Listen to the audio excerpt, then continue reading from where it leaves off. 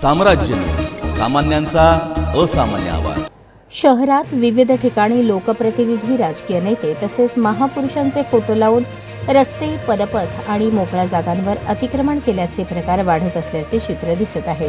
त्यामुळे वाहतूक आणि नागरिकांच्या हालचालींना अडथळा निर्माण होत असून त्यावर महापालिका कारवाई करणार का असा प्रश्न सोलापूरकर उपस्थित करू लागले आहे।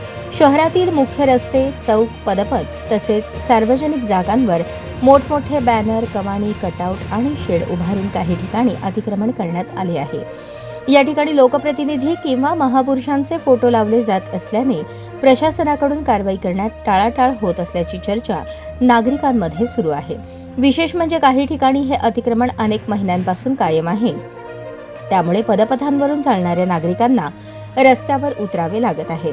परिणामी अपघाताचा धोका वाढत असल्याचीही तक्रार नागरिकांनी व्यक्त केली। नागरिकांचे म्हणणे आहे की महापुरुषांविषयी सर्वांनाच आदर आहे, मात्र त्यांच्या नावाखाली सार्वजनिक जागांवर अतिक्रमण करणे योग्य नाही। नियम सर्वांसाठी समान आहेत आणि अतिक्रमण कोणीही केले तरी त्यावर कारवाई झालीच पाहिजे अशी मागणी नागरिकांकडून होत आहे।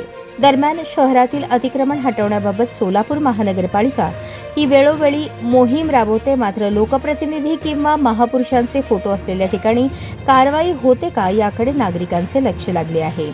या पार्श्वभूमीवर महापालिकेने शहरातील सर्व अनधिकृत बॅनर, कमानी आणि अतिक्रमणावर एकसमान कारवाई करावी अशी मागणी सोलापूरकरांकडून होत आहे। आता प्रशासन या प्रश्नाकडे कसे पाहते आणि प्रत्यक्षात कारवाई करते का हे पाहणे महत्त्वाचे ठरणार आहे।